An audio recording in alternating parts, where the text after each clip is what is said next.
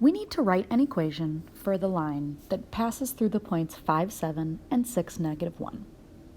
So we just learned a brand new skill called point-slope form, and that's what we're going to be using. So point-slope form is just another way to write a linear equation, and it is written y minus y1, which is equal to m times x minus x1. In this equation, m is still our slope.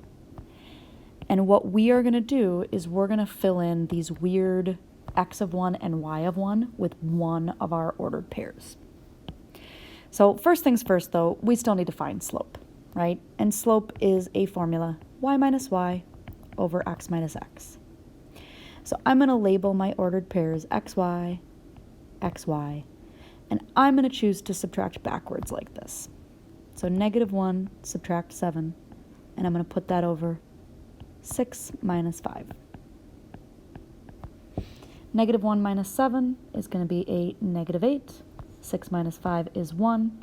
So it looks like we have a slope of -8. Okay. So when I'm thinking about writing my equation in point-slope form, I know that instead of writing an m right here, I'm going to fill that in with a -8. The other thing that gets filled in is one of my ordered pairs for the x and the y. For this example, I'm just going to choose the first one. Why not? So, instead of writing y minus y1, I'm going to write y minus the value of y in my ordered pair, 7.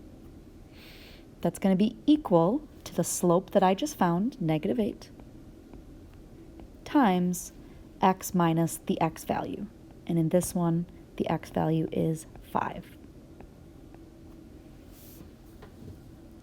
So if I simply want to write an equation in point-slope form, we just did it.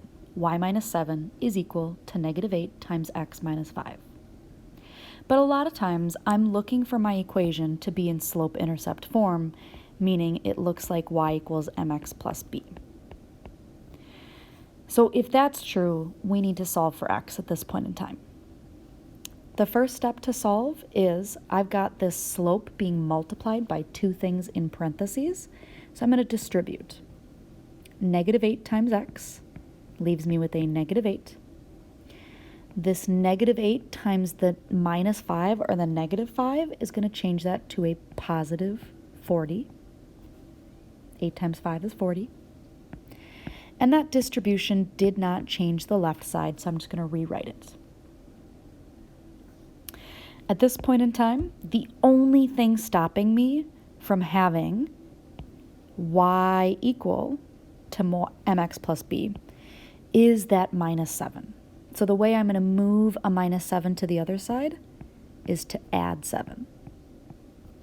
Notice how I'm lining up the 7 with the 40 because 40 and 7 are the like terms.